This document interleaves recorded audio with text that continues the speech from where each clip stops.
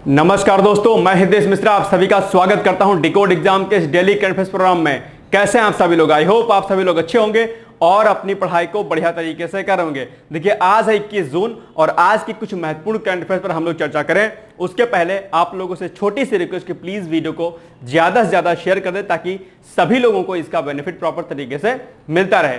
देखिए, डेली मैं आप लोगों को एक क्वेश्चन देता हूं प्रैक्टिस के लिए वीडियो के अंत में, और आपसे मैं कहता हूं कि उसका उत्तर दरअसल आप लोग जो है कमेंट बॉक्स में जाकर के कमेंट किया करिए। और उसका फायदा दरअसल क्या होगा कि लगभग आपके बहुत सारे प्रश्न जो है आपके रेडी हो जाएंगे। और अक्सर मैं इस बात को कहता हूं कि हो सकता है जिस प्रश्न का उत्तर आप कमेंट बॉक्स में दे रहे हो वही प्रश्न आपके एग्जाम में आ जाएगा, फिर आपको इस कमेंट करने का फायदा आपको मिलेगा।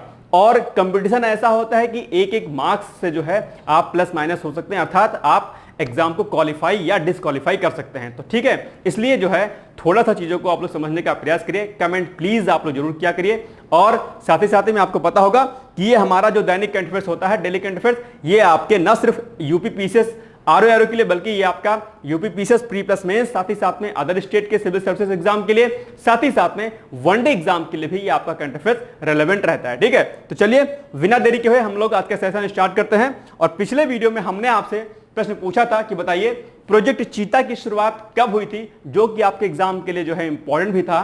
तो इसका जो राइट आंसर है वो हो जाएगा आपका ऑप्शन नंबर सी, अर्थात 2022 में दरअसल प्रोजेक्ट चीता की शुरुआत हुई थी। ठीक है, ध्यान रखिएगा इसको। बाकी पिछले वीडियो में मैंने डिटेल्स में प्रोजेक्ट चीता के बारे में आपको चीजों को कराया हुआ था। ठीक है, चलिए अब आते हैं हम लोग आज के प्रश्न पर। आज का हमारा पहला प्रश्न क्या है कि विश्व सिकल सेल डे मनाया जाता है, कब मनाया जाता है? इसका उत्तर आप लोग को दरअसल देना है। 4 ऑप्शन आपके पास दिए गए हैं। ऑप्शन नंबर ए आपका 17 जून, या फिर ऑप्शन नंबर बी 18 जून, या फिर ऑप्शन नंबर सी आपका 19 जून, या फिर ऑप्शन नंबर डी आपका 20 जून। फटाफट बताइए इसका राइट आंसर क्या हो जाएगा? इसका राइट आंसर हो जाएगा आपका ऑप्शन नंबर सी, अर्थात 19 जून को दरअसल क्या होता है? 19 जून को आपका विश्व सिकल सेल डे होता है। ध्यान रखिएगा, 19 जून। ठीक है, ऑप्शन नंबर सी इसका हो जाएगा राइट। आइए हम लोग इसकी व्याख्या देखते हैं। दरअसल तो विश्व सिकल सेल डे दरअसल प्रतिवर्ष 19 जून यानी कि 19 जून को मनाया जाता है। ध्यान रखिएगा। इसके अलावा इसमें एक फैक्ट आपका और बन सकता है कि दरअसल ये किस प्रकार की बीमारी है। तो ये दरअसल आनुवांशिक है, अर्थात ये क्या है? जेनेटिक बीमारी है। ध्यान रखिएगा, ठीक है, जेनेटिक है। माता पिता से दरअसल ये बच्चों में हो सकती है। ध्यान रखिएगा, ठीक है। तो कूट के फॉर्म में हो सकता है, आपसे ये पूछ ले प्रश्न। इसके अलावा इसमें क्या होता है? आरबीसी, जिसको हम लोग क्या कहते हैं? रेड ब्लड कार्पल्स बोलते हैं इसको। तो इस बीमारी में आरबीसी की क्या होती? कमी हो जाती है दरअसल। और साथ ही साथ में क्या होता है कि इसमें जो सेल्स होती हैं उनका जो आकार होता है वो क्या होता है? वो दरअसल आकार हंसिए का टाइप का हो जाता है, कुछ इस प्रकार का हो जाता है इससे। ठीक है, इस प्रकार का हो जाता है। जितने भी सेल्स होती हैं उनका प्रकार क्या हो जाएगा? कुछ इस प्रकार से हो जाएगा, हंसिए के आकार का हो जाएगा। इसीलिए हम लोग इसको सिकल बोलते हैं, विश्व सिकल सेल है, हंसिया के आकार का होता है। ठीक है, और इसमें क्या कहते हैं? ऑक्सीजन की कमी भी हो जाती है और फिर बाद में जो है इससे बच्चे क्या होते हैं? एक्सपायर भी हो जाते हैं। ठीक है, ध्यान रखिएगा। तो ये बड़ी डेंजरस बीमारी है अपने आप में। ठीक है, अब इसके बारे में एक दो फैक्ट हम लोग और देख लेते हैं।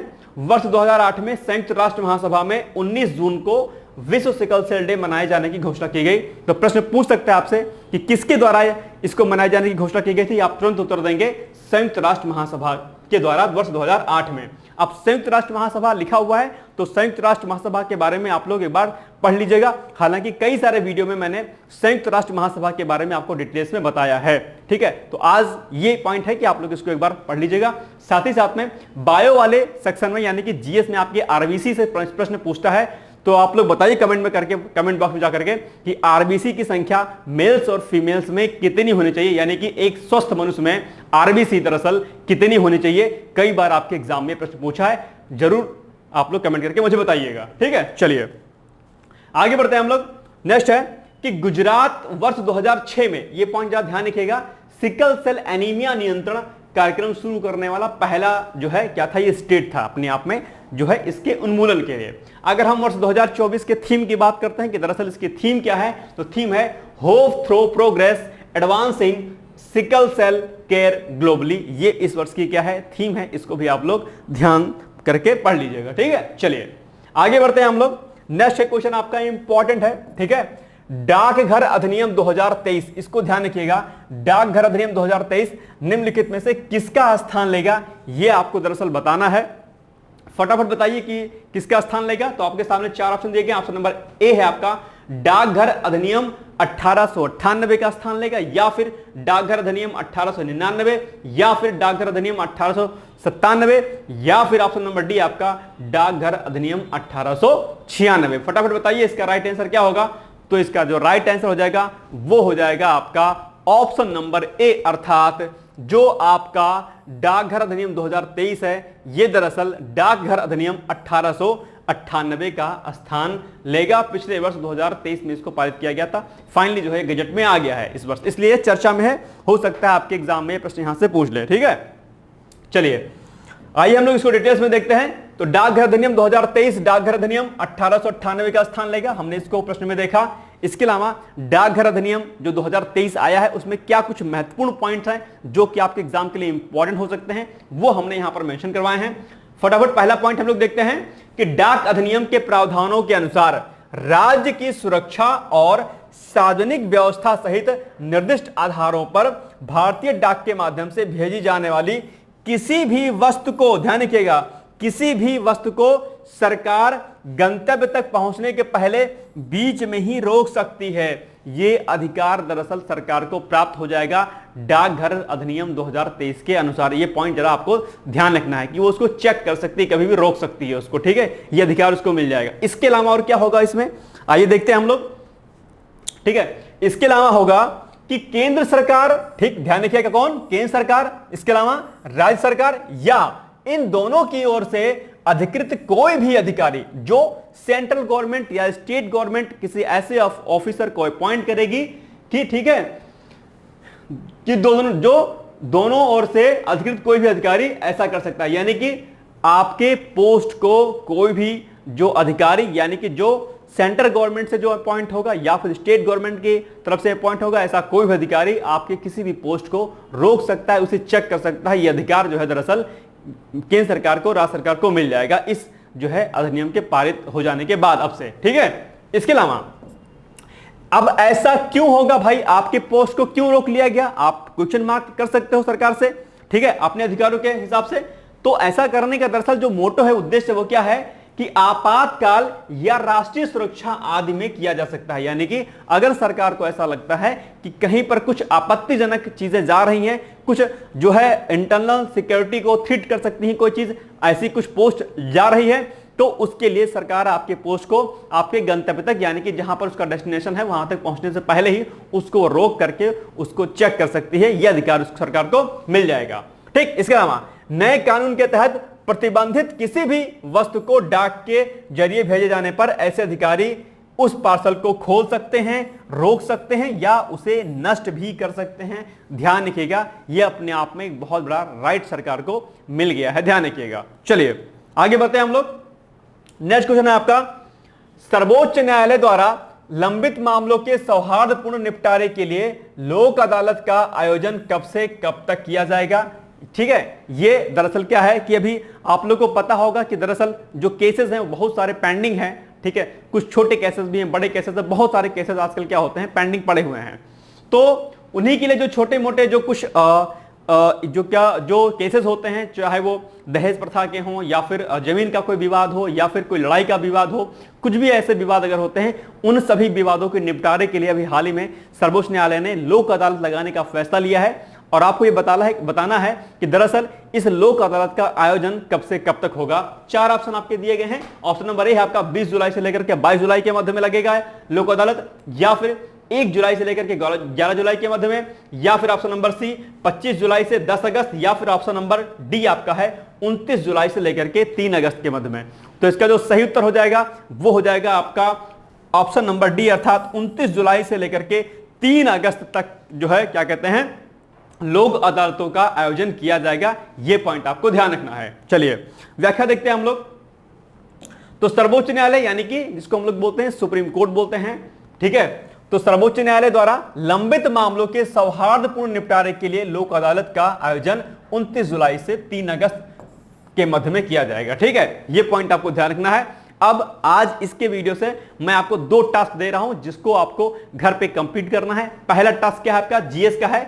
सर्वोच्च न्यायालय के बारे में आपको डिटेल्स में पढ़ना है, यानी कि सुप्रीम कोर्ट के बारे में आपको पढ़ना है कि सुप्रीम कोर्ट के जो न्यायाधीश होते हैं उनकी नियुक्ति कैसे होती है, किस आर्टिकल के माध्यम से होती है, क्या कुछ उनके अधिकार होते हैं। साथ ही साथ में जो हाई कोर्ट वगैरह के जो रेट होते हैं, रेट वगैरह को भी आप लोग पढ़ लीजिएगा। तो आज का आपका टास्क है कि आप लोग जो है सुप्रीम कोर्ट को पढ़ लीजिएगा, समय मिलेगा तो हाई कोर्ट को भी साथ साथ में पढ़ लीजिएगा। इसका फायदा होगा सुप्रीम कोर्ट और हाई कोर्ट में आपको जो है कंफ्यूजन नहीं होगा। ठीक है, तो दोनों को साथ में पढ़िएगा। पॉलिटी का रूल है कि कुछ जो सिमिलरिटी होती है वो साथ ही साथ में पढ़ें। जैसे कि जब आप प्रधानमंत्री को पढ़ें तब आप मुख्यमंत्री को पढ़ लें, जब आप राष्ट्रपति को पढ़ें तब आप राज्यपाल को पढ़ लें। इस तरीके से चीजों को आपको करना चाहिए। तो सुप्रीम कोर्ट पढ़ेंगे तो साथ ही साथ में हाई कोर्ट को पढ़ लीजिएगा। और दूसरा टास्क आपका है लोक अदालत क्या होते हैं, ये इंपॉर्टेंट होता है ये। ठीक है, ये हो सकता है आपके मेंस में जो है यहां पर से प्रश्न पूछ ले और पूछा भी गया है। ठीक है, तो लोक अदालतें क्या होती हैं, ये आपके मुख्य परीक्षा के पॉइंट ऑफ व्यू से इंपॉर्टेंट है, इसको रेडी कर लीजिएगा। चलिए आगे बढ़ते हैं हम लोग फटाफट। नालंदा विश्वविद्यालय स्थित है, अभी हाल ही में चर्चा में रहा है नालंदा विश्वविद्यालय, और नालंदा विश्वविद्यालय के बारे में आप लोग बखूबी जो है चर्चित होंगे इनके बारे में। ठीक है, तो पहला ऑप्शन क्या है नालंदा विश्वविद्यालय के बारे में कि ये बिहार में स्थित है या मध्य प्रदेश में है या उत्तर प्रदेश में है या फिर इनमें से कोई नहीं। तो इसका जो सही उत्तर होगा वो होगा आपका ऑप्शन नंबर ए, अर्थात नालंदा विश्वविद्यालय जो है कहां पर है, बिहार के राजगीर में अवस्थित है। ध्यान रखिएगा, बिहार के नालंदा जिले के राजगीर में। ओके, चलिए व्याख्या देखते हैं हम लोग। तो नालंदा विश्वविद्यालय कहां पर है, बिहार के राजगीर में स्थित है, मैंने आपको जस्ट बताया। अब बात करते हैं कि दरअसल ये न्यूज में क्यों है, अर्थात चर्चाओं में क्यों बना हुआ है। तो दरअसल प्रधानमंत्री श्री नरेंद्र मोदी जी द्वारा नालंदा विश्वविद्यालय के नए परिसर का उद्घाटन किया गया है। आपको पता होगा कि दरअसल नालंदा विश्वविद्यालय अपने आप में पहले जो है क्या होता था, वैश्विक स्तर पर अपने आप में बहुत इसकी महत्वपूर्ण भूमिका थी। आपको बता दूं कि भारत को पहले सोने की चिड़िया कहा जाता था, भारत को पहले क्या कहते हैं, बहुत ही समृद्ध देश कहा जाता था, जिसके पीछे जो सबसे प्रमुख कारण था वो था भारत की शिक्षा व्यवस्था। और भारत में अगर प्राचीन इतिहास की अगर हम बात करें तो उस समय जितने विश्वविद्यालय टॉप मोस्ट के थे वो सारे के सारे भारत में अवेलेबल थे।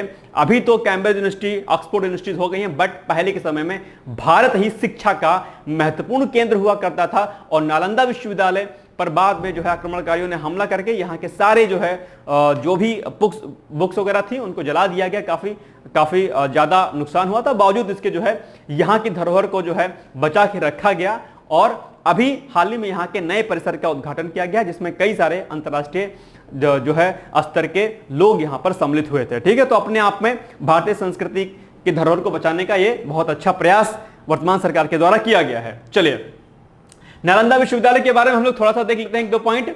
तो नालंदा विश्वविद्यालय की स्थापना का श्रेय गुप्त शासक किसको जाता है, कुमार गुप्त को जाता है। पॉइंट याद रखिएगा, हो सकता है आपके एग्जाम में पूछ ले, हिस्ट्री का एक टॉपिक जीएस में आ सकता है। इसके अलावा लगभग 1600 साल पहले स्थापित मूल नालंदा विश्वविद्यालय को विश्व के पहले आवासीय विश्वविद्यालयों में से एक माना जाता है, यानी कि यहां पर हॉस्टल्स की भी सुविधा थी। यह भी अपने आप में जो है एक बड़ी उपलब्धि थी भारत के लिए। इसके अलावा बौद्ध धर्म और में जो है बौद्ध धर्म के जो अनुयायी थे वो भी यहां पर बहुत ज्यादा शिक्षा ग्रहण करते थे। इसके अलावा नालंदा के खंडहरों को 2016 में संयुक्त राष्ट्र विरासत स्थल के रूप में घोषित किया गया था। ये पॉइंट भी आपके एग्जाम के लिए क्या है, वेरी वेरी मोस्ट इंपॉर्टेंट है। और मुझे लगता है कि एक प्रश्न नालंदा विश्वविद्यालय से पक्का आपके एग्जाम में आएगा ही आएगा, मेरी बात को ध्यान कर लीजिएगा। एक बात बता दूं, मैं जितना भी करंट अफेयर्स कराता हूं वो आपके एग्जाम के लिए वेरी वेरी मोस्ट इंपॉर्टेंट होता है। मैं अननेसेसरी अनवांटेड कोई भी क्वेश्चन आपको जबरदस्ती नहीं कराता हूं कि 20 क्वेश्चन 10 क्वेश्चन 15 क्वेश्चन करा दूं, उतना ही कराता हूं जो आपके एग्जाम के लिए रेलेवेंट रहता है। इसलिए जब मैं बोला करूं कि ये प्रश्न बहुत इंपॉर्टेंट है तो उसको आप लोग प्लीज भी जो है भूलिएगा नहीं, उसको अच्छे तरीके से करने का प्रयास करिएगा। ठीक है, चलिए आगे बढ़ते हैं हम लोग। नेक्स्ट क्वेश्चन है हमारा, हाल ही में किस देश के द्वारा समलैंगिक विवाह को दरअसल मान्यता दी गई है, अभी हाल ही में, ठीक है, एशिया में। तो ये इसका जो राइट आंसर क्या हो जाएगा, पहले तो आप बताइए कि हाल ही में किस देश ने जो है समलैंगिक विवाह को मान्यता दी है। तो ऑप्शन नंबर ए है पाकिस्तान, सीरिया, थाईलैंड या फिर अजरबैजान। तो इसका सही उत्तर हो जाएगा आपका, क्या हो जाएगा, सही उत्तर हो जाएगा आपका ऑप्शन नंबर सी, अर्थात थाईलैंड ने भी हाल ही में इसको मान्यता दी है। आइए इसके बारे में हम लोग थोड़ा देखते हैं। तो हाल ही में थाईलैंड के द्वारा समलैंगिक विवाह को मान्यता दी गई है।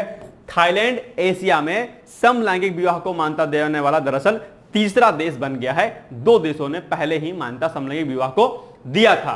ठीक है, इसके पहले ताइवान और नेपाल के द्वारा समलैंगिक विवाह को मान्यता दी गई थी। ये पॉइंट आपको ध्यान रखना है। इसके अलावा ताइवान ने 2019 और नेपाल ने 2023 में इसे मंजूरी प्रदान की थी। तो एशिया में 3 देश हो गए, ठीक है, ध्यान रखिएगा। ओके, चलिए, समलैंगिक विवाह क्या होते हैं, इस पर क्या कुछ इसके दुष्परिणाम, क्या कुछ इसकी अच्छाइयां होती हैं, इस पर आपके मुख्य परीक्षा में प्रश्न एक बार पूछा गया है और हो सकता है कि आगे भी समलैंगिक विवाह से संबंधित प्रश्न जो है आपके पूछ ले। भारत के परिप्रेक्ष्य में समलैंगिक विवाह की क्या तार्किकता है, क्या प्रासंगिकता है, ये प्रश्न आपके एग्जाम में हो सकता है पूछ ले, ध्यान रखिएगा, ठीक है। चलिए आगे बढ़ते हैं हम लोग। हाल ही में किसे Nelson Mandela life time achievement पुरस्कार से सम्मानित किया गया है, बताइए फटाफट। आपका पहला ऑप्शन है ऑप्शन नंबर ए आपका विनोद गनात्रा को, या फिर विजय गनात्रा को, या फिर अनिल राजपूत को, या फिर इनमें से कोई नहीं। फटाफट इसका आप लोग राइट आंसर बताइए क्या होगा। तो दरअसल इसका जो राइट आंसर होगा वो हो जाएगा आपका ऑप्शन नंबर ए, अर्थात अभी हाल ही में Nelson Mandela life time achievement पुरस्कार से विनोद गनात्रा को सम्मानित किया गया है। कौन है विनोद गनात्रा, आइए हम लोग इसको डिटेल्स में देखने का प्रयास करते हैं। तो पहले तो वही पॉइंट जो हमने अभी आपको बताया कि Nelson Mandela life time achievement पुरस्कार किसको मिला है, विनोद गनात्रा को मिला है। इसके अलावा विनोद गनात्रा के बारे में 2-3 पॉइंट्स हम लोग फैक्ट देखते हैं। दरअसल तो ये कौन है, ये दरअसल विश्व प्रसिद्ध फिल्म निर्माता एवं संपादक हैं, ध्यान रखिएगा। और उन्हें एक पुरस्कार और मिला है प्रसिद्ध, कौन सा है, उन्हें मिला है Dada Saheb Phalke lifetime achievement award, ठीक है। कोड के फॉर्म में बना करके पूछ सकते हैं आपसे कि 1 और 2 सही है, 2 और 3 सही है, 3 और 4 सही है। इस तरीके से प्रश्न आपके एग्जाम में पूछा जा सकता है।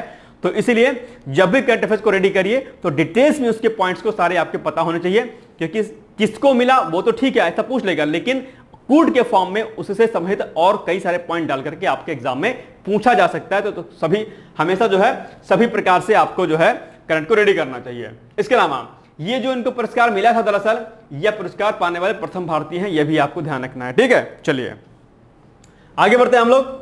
अब नेल्सन मंडेला के बारे में थोड़ा सा पढ़ लेते हैं हम लोग। तो वह दक्षिण अफ्रीका के पहले अश्वेत राष्ट्रपति थे, बहुत ही कॉमन है, ये तो सबको पता होगा, ठीक है। इसके अलावा इनका जन्म 18 जुलाई 1918 को हुआ था, यह पॉइंट आपको ध्यान रखना है। और 18 जुलाई को जो जन्म हुआ था, इन्हीं के जन्मदिवस के अवसर पर दरअसल 18 जुलाई को क्या होता है, नेल्सन मंडेला अंतरराष्ट्रीय दिवस मनाया जाता है। यह फैक्ट भी आपके एग्जाम के लिए क्या है, इंपॉर्टेंट है। और दूसरा फैक्ट इसमें और एक इंपॉर्टेंट है कि वर्ष 1990 में अर्थात 1990 में दरअसल उन्हें भारत सरकार की तरफ से भारत का सर्वोच्च सम्मान क्या है, भारत रत्न से उन्हें सम्मानित किया गया था। यह प्रश्न आपके एग्जाम के लिए मोस्ट इंपॉर्टेंट है, ध्यान रखिएगा। चलिए आगे बढ़ते हैं हम लोग। नेक्स्ट क्वेश्चन है आपका क्वेश्चन नंबर 7।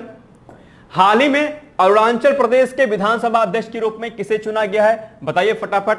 मैंने आपको एक दिन बताया था कि जो राज्य चर्चाओं में रहा है, या फिर वहां पर इलेक्शन वगैरह हो, या फिर कुछ ऐसी गतिविधि हो, तो वहां के जो है राज्यपाल पता होना चाहिए, वहां के सीएम पता होने चाहिए, साथ ही साथ में वहां के विधानसभा अध्यक्ष के बारे में जानकारी होनी चाहिए, और उस राज्य में कितनी राज्यसभा सीटें हैं, कितनी जो है लोकसभा सीटें हैं, यह भी आपको जानकारी होनी चाहिए, ठीक है। तो आपको बताना है कि अरुणाचल प्रदेश के विधानसभा अध्यक्ष अभी हाल ही में किसे चुना गया है। 4 ऑप्शन है, Tesam Pongte, option number A है, ऑप्शन नंबर बी टाउम्बोश, ऑप्शन नंबर सी तानसिन, या फिर ऑप्शन नंबर डी इनमें से कोई नहीं। तो इसका जो सही उत्तर होगा वो होगा आपका ऑप्शन नंबर ए, अर्थात तेसम पोंगटे को अभी अरुणाचल प्रदेश के विधानसभा अध्यक्ष के रूप में नियुक्त किया गया था, चुना गया है, ठीक है। चलिए देखिए, हाल ही में अरुणाचल प्रदेश विधानसभा अध्यक्ष के रूप में तेसम पोंगटे को चुना गया है। और अरुणाचल प्रदेश के बारे में 2-3 फैक्ट हम लोग फटाफट देखते हैं। पहला फैक्ट क्या है कि यहाँ के सीएम कौन है, तो सीएम है यहाँ के यानी कि चीफ मिनिस्टर यानी कि मुख्यमंत्री पेमा खांडू जी हैं, ध्यान रखिएगा। राजधानी की अगर हम बात करते हैं अरुणाचल प्रदेश के, तो राजधानी है इसकी ईटानगर। अब यहाँ के गवर्नर कौन है, ये आपका टास्क है, ये आपको पता करके बताना है कि दरअसल अरुणाचल प्रदेश के गवर्नर कौन है। या तो आप कमेंट बॉक्स में फटाफट कमेंट कर दीजिए, या फिर जो है आप अपने आप से इसको नोट डाउन कर लीजिएगा। अगर हम अरुणाचल प्रदेश के प्रमुख दर्रों की बात करते हैं कि कौन कौन से दर्रे यहां पर हैं महत्वपूर्ण, तो यहां पर यांग्याप, दिफू और बोमडिला दर्रे पाए जाते हैं, जो कि एग्जाम में आपके कई बार पूछा गया है, ध्यान रखिएगा। और मैप में अगर आप देखेंगे तो अरुणाचल प्रदेश की स्थिति देखिए ये है, और यहां पर इसकी राजधानी है। इसी से लगा हुआ क्या है आपका भूटान है, और साथ ही में इसी से लगा हुआ क्या है आपका जो है बाकी अदर स्टेट के बारे में आप जो है यहां पर देख सकते हैं, नागालैंड वगैरह यहां पर लगा हुआ है, ठीक है। और सीमा जो है चीन तिब्बत से इसकी लगी हुई है, अंतरराष्ट्रीय सीमा, ये पॉइंट भी आपको ध्यान रखना है। और कई बार चीन के विवादों में अरुणाचल प्रदेश रहता है, चर्चाओं में शामिल रहता है। ठीक है, ध्यान रखिएगा। चलिए नेक्स्ट क्वेश्चन है आपका, विश्व शरणार्थी दिवस मनाया जाता है, बताइए फटाफट कि विश्व शरणार्थी दिवस कब मनाया जाता है। इसका राइट आंसर क्या हो जाएगा, इसका राइट आंसर हो जाएगा आपका जो है ऑप्शन नंबर ए, अर्थात 20 जून को क्या होता है, 20 जून को अंतरराष्ट्रीय यानी कि विश्व शरणार्थी दिवस मनाया जाता है। ठीक है, ऑप्शन नंबर ए यानी कि 20 जून इसका हो जाएगा सही उत्तर। और यहां पर दिया हुआ 21 जून, तो 21 जून को क्या होता है, 21 जून को होता है दरअसल आपका विश्व योग दिवस। क्या है, विश्व योग दिवस। ठीक है, चलिए, और विश्व योग दिवस कब है, दरअसल विश्व योग दिवस आपका आज ही है, ध्यान रखिएगा। ठीक है, चलिए अब हम लोग थोड़ा सा पॉइंट देखते हैं। तो विश्व शरणार्थी दिवस 20 जून को मनाया जाता है, ध्यान रखिएगा। यह दिवस संयुक्त राष्ट्र द्वारा मनाया जाता है, यह पॉइंट भी आपको ध्यान रखना है। और अगर हम उद्देश्य के बारे में बात करते हैं कि इसका मोटो क्या है, ठीक है, तो मोटो है इसका विश्व स्तर पर अर्थात वैश्विक स्तर पर शरणार्थियों के समस्याओं और उनके हित में सहयोग हेतु जागरूकता बढ़ाना। वर्ष 2000 में इसे संयुक्त राष्ट्र महासभा के द्वारा क्या किया था, अंतरराष्ट्रीय दिवस घोषित किया गया था। कब, वर्ष 2000 में। यह पॉइंट आपको ध्यान रखना है। साथ ही साथ में एक पॉइंट और आपको ध्यान रखना है कि 20 जून 2001 को पहली बार विश्व शरणार्थी दिवस मनाया गया था, ध्यान रखिएगा। अब इससे संबंधित एक अंतरराष्ट्रीय कानून है जो कि आपको पता होना चाहिए, क्योंकि आपको पता होगा कि जो शरणार्थियों की समस्याएं हैं वो अपने आप में ग्लोबली स्तर पर है और बहुत बार जो है इससे संबंधित जो है चर्चाएं रहती हैं। कई बार जो है शरणार्थियों की समस्याओं को लोग जो है नहीं सॉल्व करना चाहते हैं, उनको लगता है कि यहाँ इससे जो है उनके कंट्री को क्या कहते हैं, थ्रेट्स हो सकता है, यानी कि वहां पर कोई प्रॉब्लम हो सकती है। तो अपने आप में एक समस्या है। मेंस के पर्सपेक्टिव से यानी कि मुख्य परीक्षा के दृष्टि से शरणार्थी क्या होते हैं, शरणार्थियों की समस्या क्या होती है, उनके निदान के लिए क्या कुछ किया जाना चाहिए, ऐसे प्रश्न आपके एग्जाम में पूछे जा सकते हैं। तो मेंस के पर्सपेक्टिव से शरणार्थी वाले टॉपिक को आप लोग एक बार रेडी कर लीजिएगा। ठीक है, चलिए एक कानून है, क्या है, 1951 यानी कि 1951 का शरणार्थी सम्मेलन एवं 1967 का प्रोटोकॉल। ये क्या है, यह एक वैश्विक कानून है जो शरणार्थियों को उनके हितों और अधिकारों हेतु बनाया गया है। ठीक है, प्रोटोकॉल। ये पॉइंट आपको भी ध्यान रखना चाहिए। चलिए आगे बढ़ते हैं हम लोग। लास्ट क्वेश्चन है आपके लिए, लास्ट क्वेश्चन है आपका, संघर्ष में यौन हिंसा उन्मूलन के लिए अंतरराष्ट्रीय दिवस मनाया जाता है, कब मनाया जाता है, इसका सही उत्तर आपको बताना है। 4 ऑप्शन आपके दिए गए हैं। ऑप्शन नंबर ए है आपका 15 जून, बी है आपका 19 जून, ठीक है, सी है आपका 19 अप्रैल और डी है आपका 29 अप्रैल। फटाफट बताइए। तो इसका जो सही उत्तर हो जाएगा वो हो जाएगा ऑप्शन नंबर बी, अर्थात 19 जून को यह दिवस मनाया जाता है। चलिए व्याख्या देखते हैं हम लोग इसको फटाफट। तो व्याख्या के अंतर्गत क्या है कि संघर्ष में यौन हिंसा उन्मूलन के लिए अंतरराष्ट्रीय दिवस दरअसल 19 जून अर्थात 19 जून को मनाया जाता है, ध्यान रखिएगा। इसके अलावा संयुक्त राष्ट्र महासभा के द्वारा 19 जून 2015 को इस दिवस को घोषित किया गया था, यानी कि 19 जून 2015, ये आपको डेट एग्जैक्ट याद होनी चाहिए। इसके अलावा संघर्ष संबंधी यौन हिंसा जो है, इस शब्द का अर्थ क्या होता है, ठीक है, तो इसके अंतर्गत क्या चीजें होती हैं कि किसी भी प्रकार का यौन शोषण, चाहे वो जबरन वैश्यावृत्ति की बात हो या फिर जबरन क्या हो, गर्भाधारण की बात हो या फिर जबरन गर्भपात की बात हो, ये सभी क्या हैं, यौन हिंसा के रूप में आते हैं। और आपको पता होगा कि यौन हिंसा अपने आप में बहुत बड़ी एक समस्या के रूप में सामने उभरा है और कई अन्य प्रकार के रूप में जो है दरअसल यौन हिंसा जो है अपना पैर पसार रहा है। इसके लिए सबसे जरूरी होता है कि नियमों और कानूनों का सही रूप से क्रियान्वयन किया जाए। सबसे पहली शर्त यही है, यौन हिंसा पर अगर रोक लगाना है तो जो भी रूल एंड रेगुलेशंस बने हैं उनको सही ढंग से इंप्लीमेंट अगर किया जाएगा तो निश्चित रूप से इस पर जो है रोक लगाया जा सकता है। और दूसरा, इसका जो लॉन्ग टर्म जो इसका जो है बचाव है, यानी कि इसको हम रोक सकते हैं, तो वो है कि हम अपने नैतिकताओं में अर्थात हम अपनी मॉरलिटी को अच्छे से बढ़ाएं। या अगर हमारे भीतर नैतिकता नहीं है, अगर हमारे भीतर वैल्यूज नहीं है, अगर हमारे भीतर मॉरलिटीज नहीं है, तो फिर हम लोग जो है एक सभ्य और सही इंसान नहीं बन सकते हैं। हमारे भीतर जब कुछ गंदगी आती है तभी इस प्रकार की प्रवृत्ति देखने को मिलती है। इसलिए जरूरी होता है कि हम सदाचारी बने, हमारी शिक्षा व्यवस्था में ऐसे नैतिक शास्त्र, ऐसे नैतिकताओं के पाठ हमें पढ़ाए जाएं जिससे एक सभ्य और सही इंसान का प्रादुर्भाव हो सके और इस प्रकार की यौन हिंसाओं से समाज को जो है बचाया जा सके। ठीक है, ध्यान रखिएगा। पंडित श्रीराम शर्मा आचार्य गायत्री परिवार के संस्थापक हैं। उनका एक जो है शब्द है, उनका एक वाक्यांश है, एक लाइन है उनकी कि हम बदलेंगे युग बदलेगा, हम सुधरेंगे युग सुधरेगा। अर्थात बहुत ज्यादा समाज को चेंज करने की आवश्यकता नहीं है। यदि आपने अपने स्वयं में सुधार कर लिया, यदि आपने स्वयं को खुद से ठीक कर लिया, निश्चित तौर पर यह जग सुधर जाएगा, यह संसार सुधर जाएगा। हम बदलेंगे युग बदलेगा, हम सुधरेंगे युग सुधरेगा। आप अपने भीतर की कमी को दूर कर लीजिए, संसार खुद ब खुद सही हो जाएगा। ठीक है, ध्यान रखिएगा इस पॉइंट को। चलिए आगे बढ़ते हैं हम लोग। इसमें पॉइंट और था कि यौन हिंसा को अंतरराष्ट्रीय शांति और सुरक्षा के लिए एक खतरे के रूप में जाना जाता है। ये बात भी आपको ध्यान रखनी चाहिए। और ये जो टॉपिक है दरअसल ये एस्से में पूछ सकता है आपके, ये बहुत ही इंटरेस्टिंग टॉपिक है कि यौन हिंसा अंतरराष्ट्रीय शांति और सुरक्षा के लिए एक खतरे के रूप में जाना जाता है। इस पर मेंस में भी आपके क्वेश्चन बन सकता है। साथ ही साथ में सेम यही टॉपिक आपके एस्से में लिख देगा और पूछेगा कि भाई इस पे जो है एस्से आपको लिखना है। तो एस्से के पॉइंट ऑफ व्यू से भी आपको इसको रेडी कर लेना है, प्लस मेंस के पॉइंट ऑफ व्यू से भी आपको रेडी इसको कर लेना है, और प्री के पॉइंट ऑफ व्यू से तो आपको फैक्चुअल डेटा आपको रेडी ही करना है। ठीक है, इसके अलावा अगर हम इसके उद्देश्य की बात करते हैं तो इसका उद्देश्य है यौन हिंसा को समाप्त करने के दिशा में जागरूकता बढ़ाना। ये इसका क्या है, इस दिवस का मोटो है, अर्थात इसका उद्देश्य है। अब हम आते हैं आज के प्री के अभ्यास प्रश्न पर, जिसका उत्तर आपको दरअसल देना है। मुझे पूरी उम्मीद है कि आप ज्यादा से ज्यादा इसका उत्तर देंगे। मैं बार बार कहता हूं कि जितना आप प्रैक्टिस करेंगे आप एग्जाम में उतना ही बेहतर कर पाएंगे। हाथ पे हाथ धरे बैठे रहेंगे, वीडियो देख के निकल जाएंगे, टास्क को फुलफिल नहीं करेंगे, सिलेक्शन होने से रहा। ध्यान रखिएगा, जब तक आप जबरदस्त तरीके से मेहनत नहीं करेंगे, टीचर के साथ लग के आप मेहनत करिए, फिर देखिए आपका सिलेक्शन होता है या नहीं होता है। तो इसका उत्तर आप लोग प्लीज जरूर दीजिएगा। प्रश्न है कि नेल्सन मंडेला को भारत रत्न से किस वर्ष सम्मानित किया गया था, यह आपको उत्तर बताना है। थोड़ी देर पहले ही मैंने इसका उत्तर आपको बताया था। 4 ऑप्शन आपके हैं। Option number A 1980, option number B 1990, option number C 1995 या फिर ऑप्शन नंबर डी आपका वर्ष 2000। इसका सही उत्तर आपको बताना है कमेंट बॉक्स में जाकर के। ठीक है, अब हम आते हैं आज के मुख्य परीक्षा के अभ्यास प्रश्न पर।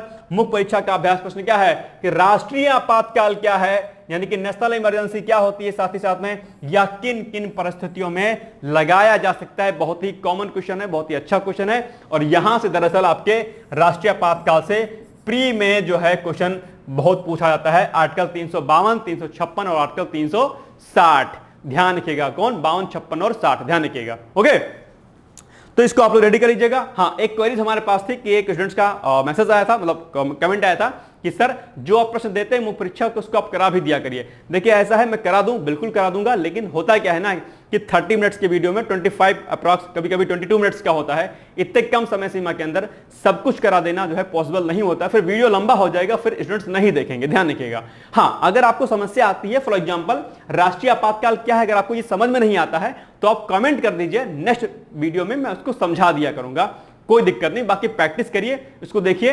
अगर आपको लगता है कि आपको चेक कराना है तो अगर आप कमेंट में जाकर के उसको टाइप कर सकते हैं, टाइप करके आप मुझे भेज दिया करिएगा। मैं वहां पर कमेंट के माध्यम से आपके आंसर को चेक करके मैं आपको उसका रिव्यू दे दिया करूंगा, कोई समस्या इसमें नहीं है। ठीक है, बाकी अगर आपको कुछ लगता है तो प्लीज आप कमेंट कर सकते हैं, स्वागत योग्य होगा। ओके, फिर मिलते हैं कल एक नई सीरीज के साथ। तब तक आप सभी लोग पढ़ते रहिए, मस्त रहिए, व्यस्त रहिए। मेरी तरफ से आप सभी लोग को ऑल द बेस्ट है। Thank you so much, bye bye, take care.